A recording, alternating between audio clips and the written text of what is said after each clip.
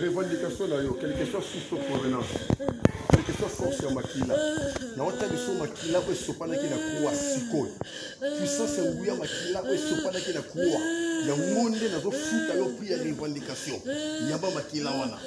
Yaba makila. Mona makila wana. Mona makila wana. Mona makila wana. Mona makila wana. Mona makila wana. Mona makila wana. Mona makila wana. Mona makila wana. Mona makila wana. Tikai. Tikai. Tikai.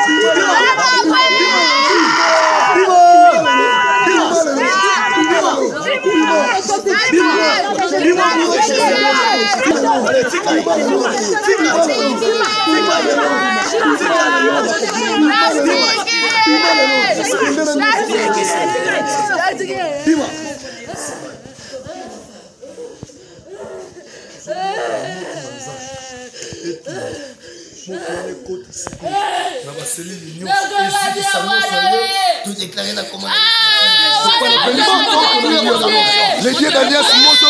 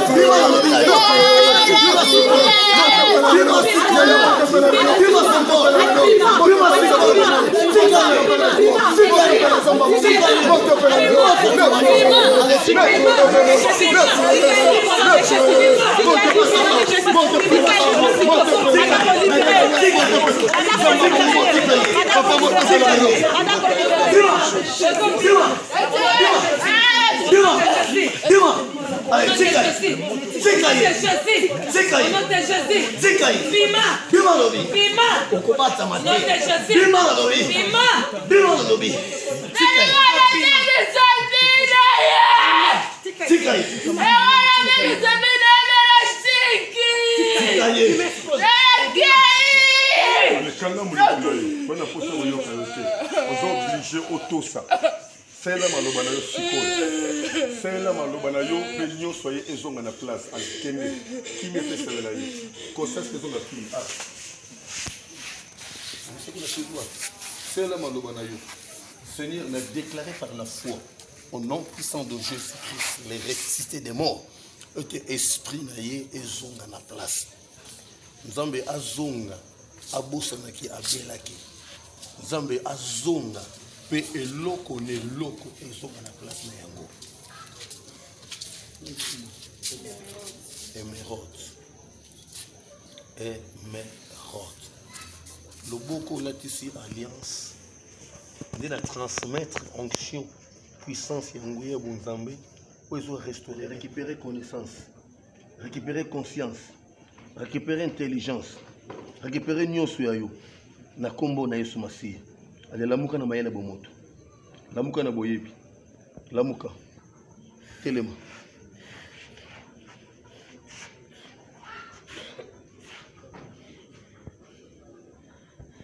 Telema likolo.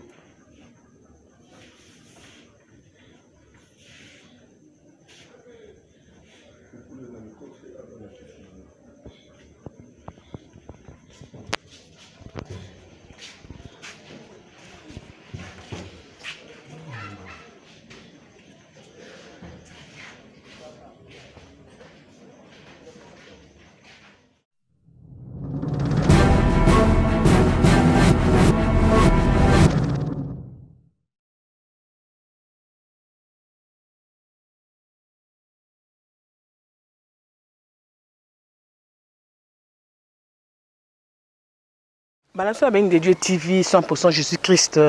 C'est vrai, vous que les chaîne Nabino Béni de Dieu TV au Misa Kolanda. Tout est là sous un cadre d'investigation pour nous un élément de plus. Vous voyez bien que le gouvernement par le chef de l'État a péquissé que l'église est ça là.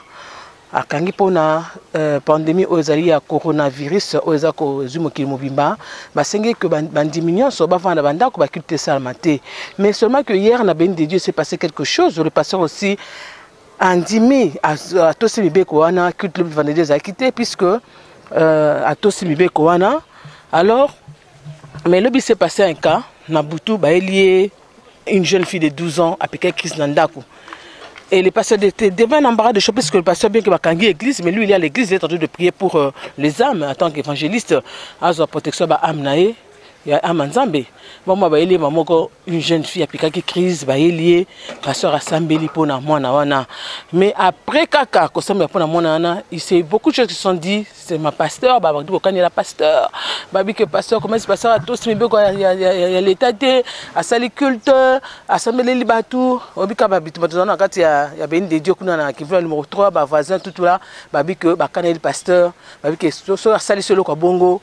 Pasteur akobambaye mabanga de bosso bandimi bako ridiculiser pour to citer oh il y a to simbe ko sécurité ça quitter mais on a amené une fille au hasard entre la vie et la mort il fallait que mon ana kufa c'est ça quand des histoires au bailaka Yesu la femme courbée oh la baki fille d'Abraham comme ça qui jour à Saba biki ça a été posé jour à Saba mais mon ana abiki on ne pas banana en place mon ana vandaka azana venu loadi na commune ya Kitambo place tozali lelo awa to na ndako na bango tout na pas na bango que c'est passé au juste et les cas qui ndengeni pour mon ana comme en église et puis la comme une église akuta ki banani bazaki au nombre de combien comme ça papa na bango me ko expliquer biso les cas qui publier les ali bokomona yango to ke papa na to tout na nan papa na comment ça s'est passé hier na église à Béni de Dieu ni na les cas qui kuna pona mona oyo a pika qui crise merci Tolanda ngana équipe na ngomba to ke kotala mona ngo to tout na nan yé comment ça s'est passé.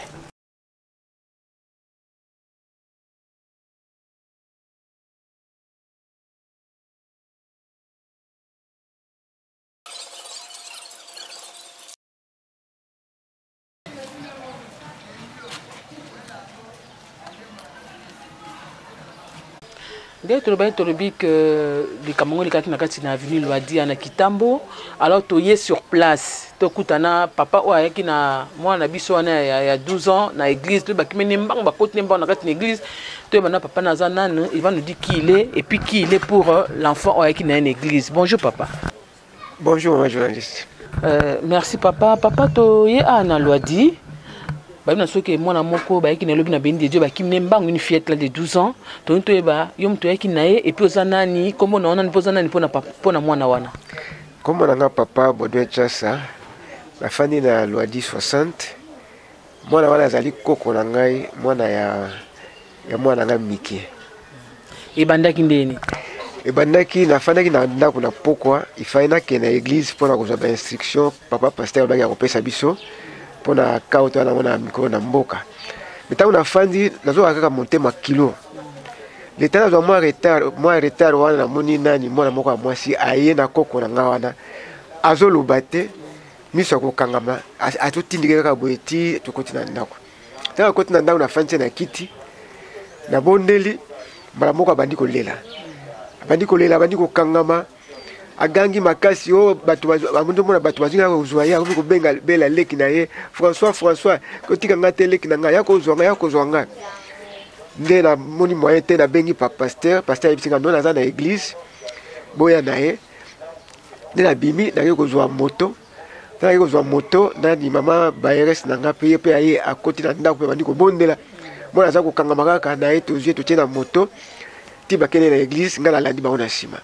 Sikole okina na une église, qu'est-ce qui s'est passé? Bana yango basambela beaucoup taki culte za kikuna puisque après événement la photo le belango baba bode foyeba. Après événement na bakani le pasteur hein, babi pasteur ba pesi mibiko na l'état ya respecter sali culte. Babi ke ba obeta ye na miso bandi ba ko ridiculiser. Mais là yo koma ki na église, qu'est-ce qui s'est passé? Okutaki pasteur na batu combien? Tango na komi na église na kutika pasteur na quelques intercesseurs. Équipe na basoda. Équipe de ba benga équipe ba basoda wa sambela na ye wana. Nde bango nde bazaki wana ntango na kompe bazwi mwana mpe babandi kobondela mpona mwana kochasse esprit de mort na ndenge mwana ayaki kozwa lobiko. Mwana akende na moto azokangama mele bozonga na ye na buto azonga ndeni. Ntango akende na moto azali kokangama makomi kuna kozonga azongi na ye moko na makolo ti na ndako aye pa mama na ye me namonaki lokola baefere ezosambili na lopango na bango yango nazwaki afande pa na ngai. Tokomona mama na ye? Tokomona mama na ye azali. Ok, merci beaucoup. Papa, maman Naza wa pito na adresse ni. Maman Naza na balabala Matadi. Merci beaucoup bana Sabine de Dieu TV. Merci beaucoup papa Bodan Lobi. Maman Naza akate aizana lodi pa ya koko yenda bota maman na ye mona na za koko na ye. Alors to ekina lodi poto kame to kesko na Matadi. Poto akaba investigation to zo nyoso o ile kaikto ba témoignage yango vont juste ça nini. Maman mona pas beta solo solo ile kai ndeni po mona ko matina rat na église. Alors, tout ce que nous ensemble avec mon équipe, tout ce que nous avons propos à maman, après de solo, et puis après tout comme on a yemoko à témoigner du solo yango. Na qui nous bateau qui ndekuna.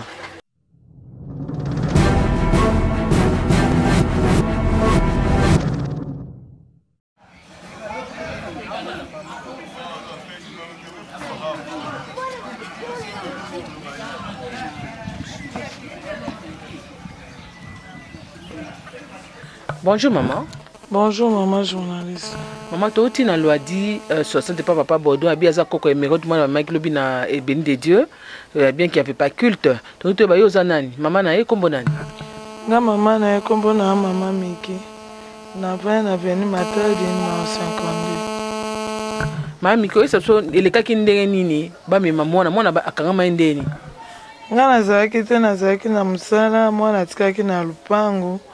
Na vana musala na monika papa na biso azobenga ngai yaka noki awa mwana kangami nde na epsi papa bozwa mwana na bengi papa benga mwana kangami azoganga azolela ngai abi bon za to benga no ba mama Sylvie ba bakambi na biso na église tant to benga mama Sylvie abi na bakiti pe ba pekisi to sa nini ngai abi mwana kangami bakati papa eko benga nga lisusu to papa benga na bi papa shwa na minute ezate bozwaka mwana bomema ye bokende ye na église nde ntango na ye na ye kokuta mwana na église ndenge bayebisenga mwana kangami d'abord na moi mwana alalaki aloti aza kati ya libulu akuti petit frère na ye moko oyo alanda ye kombo na ye François mwana anazala na bititso bana lupango basala ba prière na bana nyonso ya lupango esko babengaka ye pasteur Mongo komba pasteur nde ntango ye alali aloti na kati ya libulu amoni petit frère na ye na corde azobenda ye François azobenda ye abimi ale ntango akangama ye bakende na ye mpe na église babondeli wana pare akomaki makolo pio aokoka oloba te aotala bato te nde ntango nazongi sikoyo na pokwa mama lupango na biso mama mampi oyo atemi pembeni na voisine nanga bazoyebisanga ke avandaki bazalaki mpe bien bamonika ere mwa akomosala baoke mwana oloba te mwana eloo moo te ale bango babandi osala priere basali priere bazwi huile d'olive bapakolaki ndakoma koloba mwa moke nde mwana mosusu ozala na lupango leka mama lupango amemaki ye na lwadi miso akokangama otambola me miso akokangama aoloba te bakendele na priere sikoyo nde ase rétabli par la priere sikoyo ba ase rétabli par la priere obi ke mama bairese na bino azali ye mta osuka bilamba kuna no ye mta azosuka bilamba azali ye te tokolandi mpe azosuka bilamba totuna ye abeta solution ndenge ezalaki mais sikoyo mwana aza wapi mwana aza awa na lupango esika tofutela awa na matadi akomi na ye bien alalaki bien alamuki mpe bien akomi bien opesa biso tozwa témoignage na ye aza mineur hein aza mineur aza na 13 ans tokozwa témoignage na ye eza na problème te mais avant tozana liboso témoignage ya émeraude toka na mama lupango abeta solution ndenge elekaki comme ça toka mpe mwana ye moko naola na mama lupango place aosuka bilamba tomeka na kotuna ye ndenge elekaki na mwana mosu amemaki ye mwana mosu amemaki ye mpe komi ne naomi azali merci beaucoup mama boyoki ezalaki mama ya émeraude mama miki ndenge atémoigne azalaki te mais bao bazalaki bamonaki événement bakobeta solution ndenge elekaki ai mama lupango bango mpe azalaki tokola na mama lupango azosuka bilamba toyoka ndenge akoexplike biso makambo ndenge elekaki ebongo tokozwa témoignage ya mwana sikoyo après tokenda epa mama lupango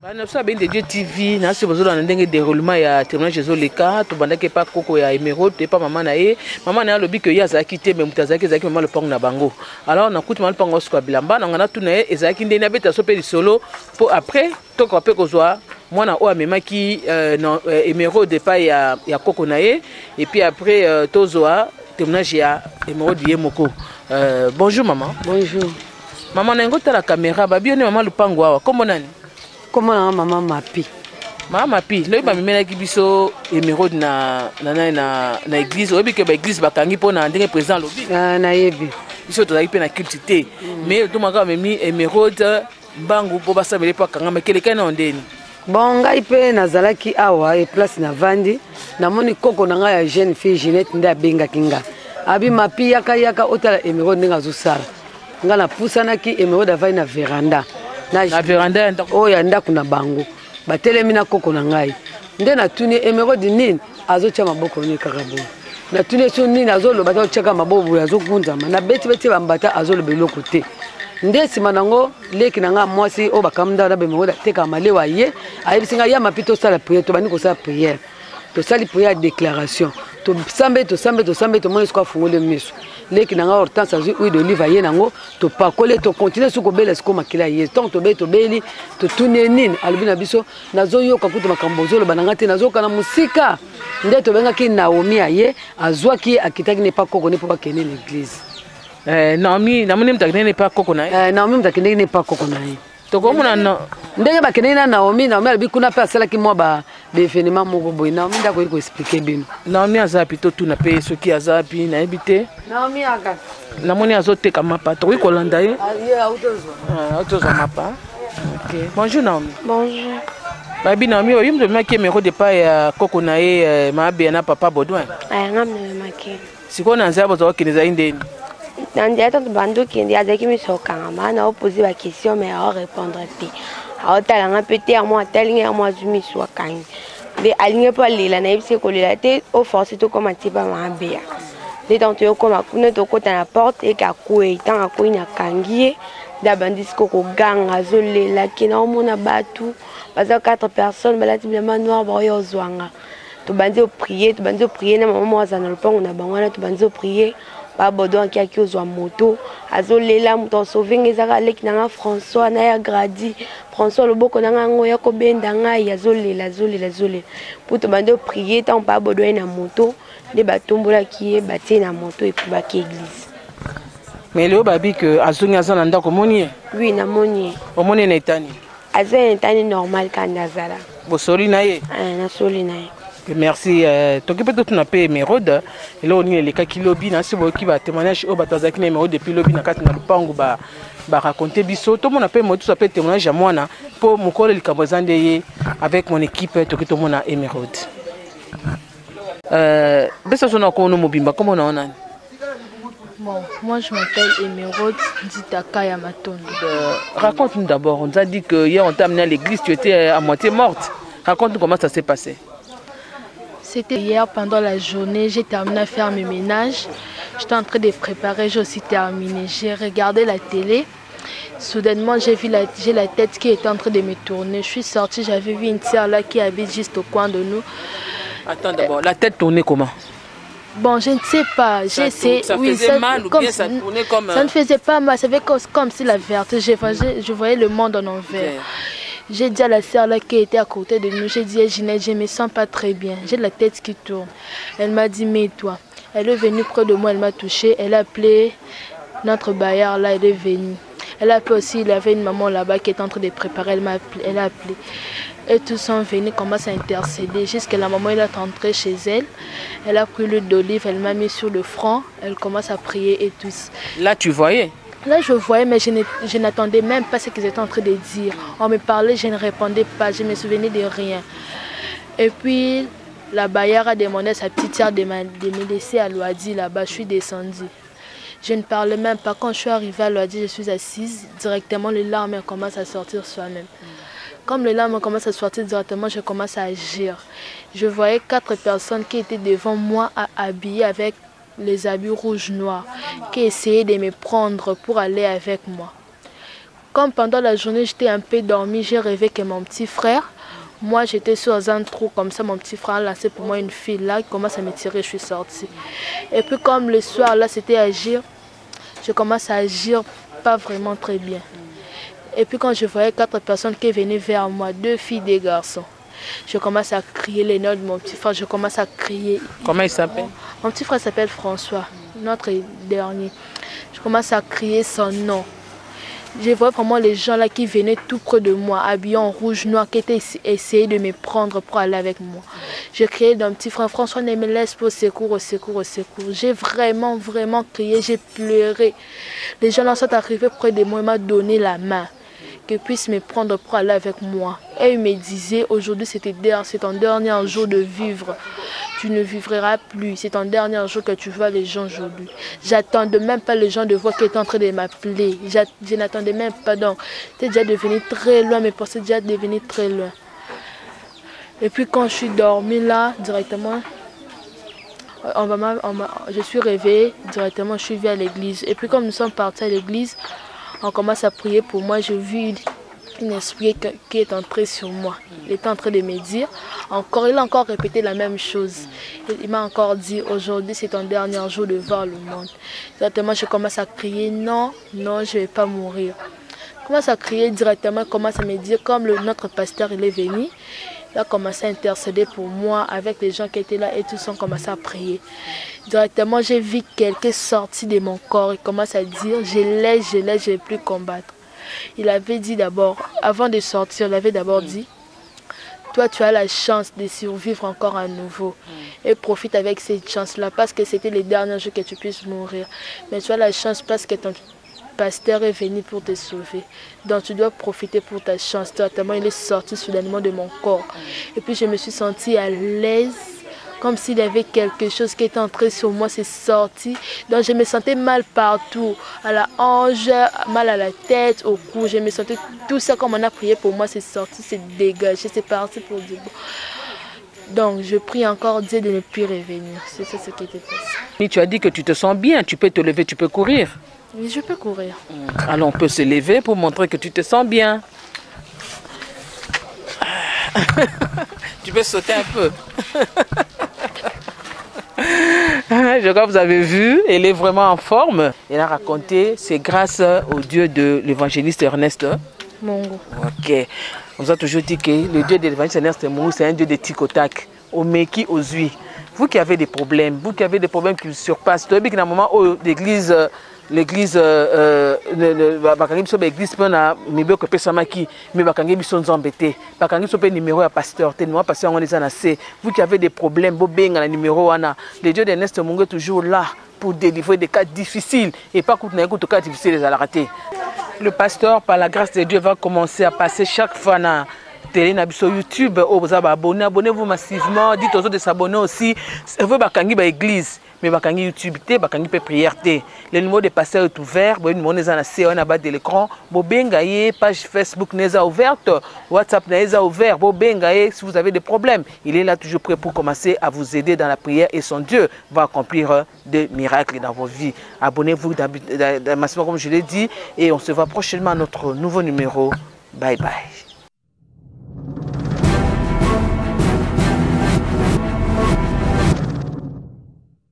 Merci beaucoup, Madame Sabine de Dieu TV 100% Jésus-Christ, Bino Bopona, Chel Nabino, pour l'éducation de vos âmes et surtout pour l'affermissement de votre foi par le canal de l'instrument que Dieu nous a donné, une grâce, un don qui n'est autre que l'évangéliste Ernest Mungu. Oui, c'est vrai, sur Bolandi, témoignage dans une investigation, on a quelqu'un qui lobby dans l'église bénie de Dieu, dans le monde de Bolandi, Bolandi, témoignage. Mais il y a Moussa n'a pas le baliloba. Pour y avoir quitté les nagis au Lucani, l'église a quitté la Kouta et la zone à Kouta et n'a pas le baliloba. Mon repos n'a pas les kaki. Donc, Koyambaye, bonjour, homme de Dieu. Oui, bonjour, maman Sylvidia. Homme de Dieu, n'a qui a na église bénie de Dieu, n'a qui voulait numéro 3, Koluka Moza a quitté. N'a boutou babenga avec un ami qui est Kamoya qui lobia. Moi, qui a 13 ans, 12 ans, 13 ans, qui et que yo intervenant qui. Mais non, qui peut se dire que et loko yo ça qui lobby on a beau même sous makambo, puisqu'il y a même un groupe de gens qui dit que yo aussi bien qu'il y a l'état au salaki culte. Donc tu vas comment les cas qui ndé. Non, au moni message du chef de l'État, tout ça na mboka oyo courir à la partout. Et ça na bisika mususu ba zalaki qui dit ba yebaki message te. Et puis, nous sommes fidèles à quatre netonga na bango. Il faut voir la confirmation, pas pasteur na bango. Nous sommes bayaki na jour na soir qu'il tient vendredi.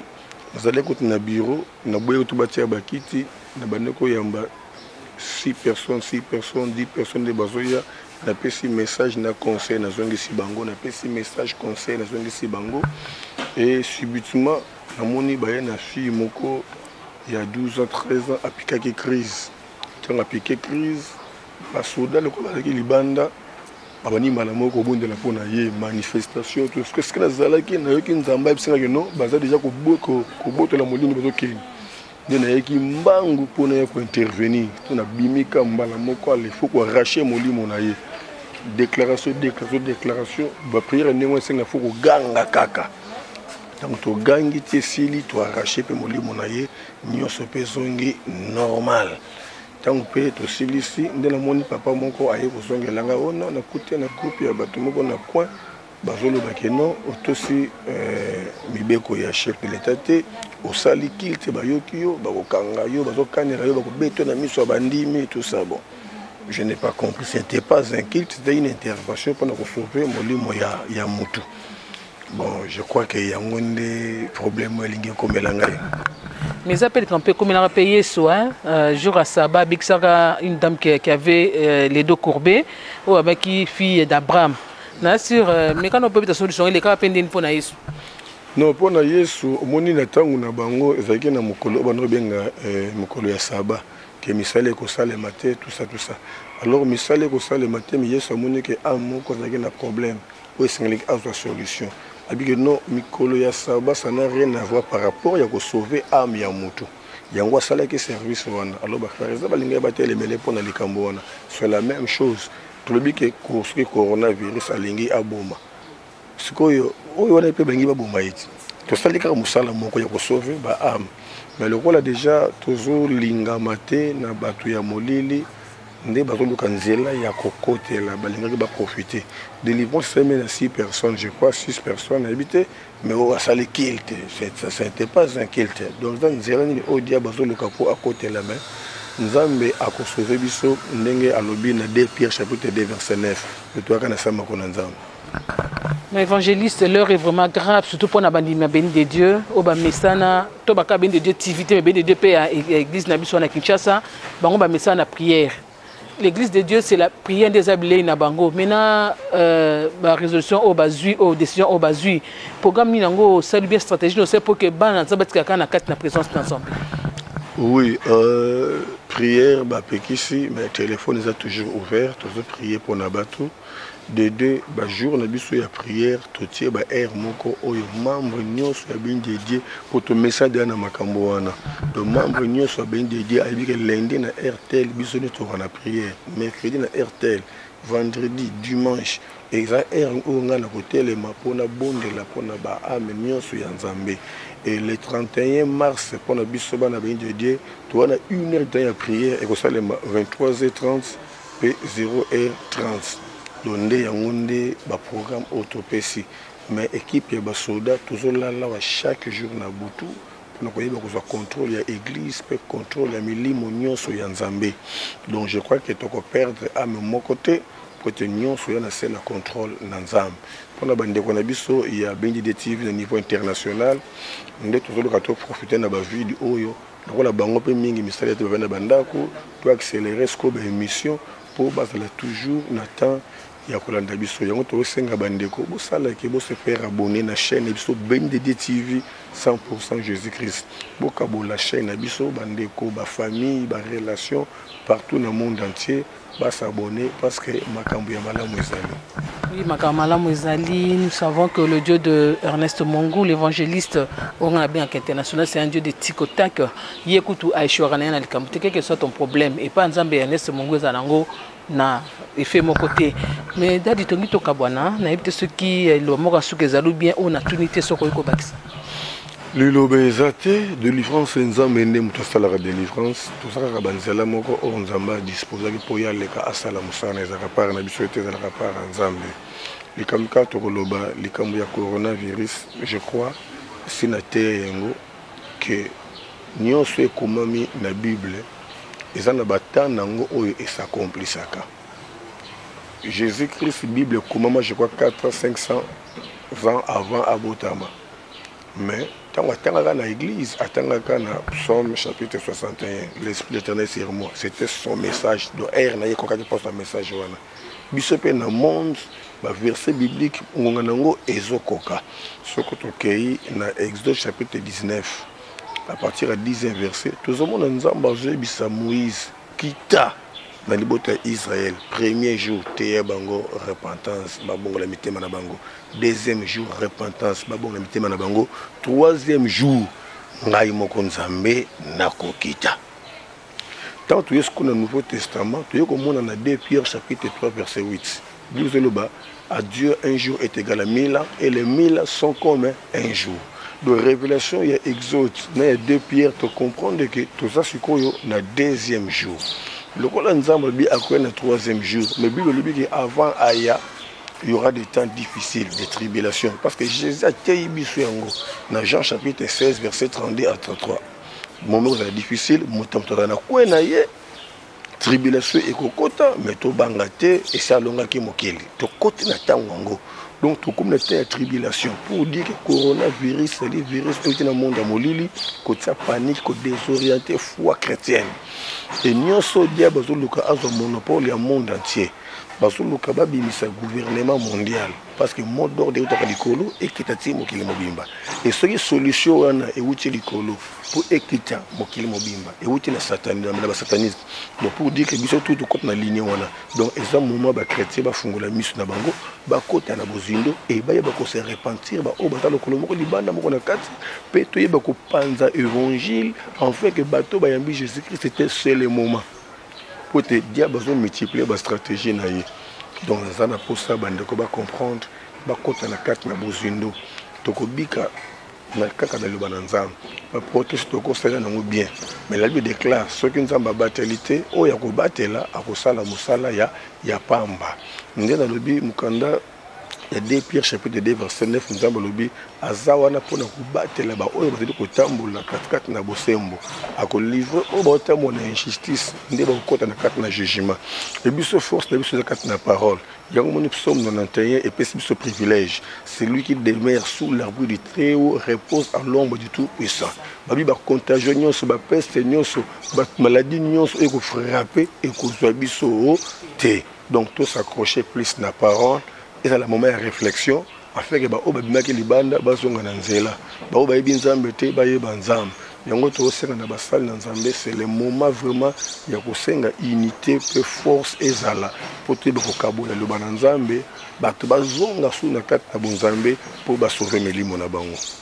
Merci beaucoup Dadi, merci beaucoup. En tout cas, le message est très profond. Nous allons au Pambola, Bisso. C'est-à-dire biso baya ben de Dieu Kinshasa na baya ben de Dieu TV au balanda kon étranger to wana posa vraiment pas bon pour tout ça pe na c'est il y a protection ya nzambe na yo le coup mozonga pa na yo kolo na milimo nazo croire na parole ya lobi ceux qui au batelité ou ya kobatela ko sala musala pamba et on a tiki béni de Dieu Kinshasa pe béni de TV international mais c'est na contrôle pe protection na yo le beaucoup na nguya bonzambe na yo et la protection et la couverture et la barrière na quoi ici bon continuer sur molili na ba oyayo coronavirus quelle que soit source de provenance avanzele ya kokotate nazo croire l'esprit ya kufa ou ekitaki na kati na Égypte nzambe na bo moyiba oyayo makila kaka ya mwana pate etiamaka na lento et sauvaki mais toi la tango makila mwana pate te nzambe na bo moto la tango makila na yo eza susu ya balento te mais ça ekote kata na mitema na biso na bo mo na biso que coronavirus a mon adresse à libota na yote justifier moko na makila na pour na gloire na yo na kombo nesumasi ya tobondeli amen. Amen, amen. Tokutani prochainement mon absence sika. De toute façon, on est là tous les jours avec vous pour na oza ya sika. Bye bye.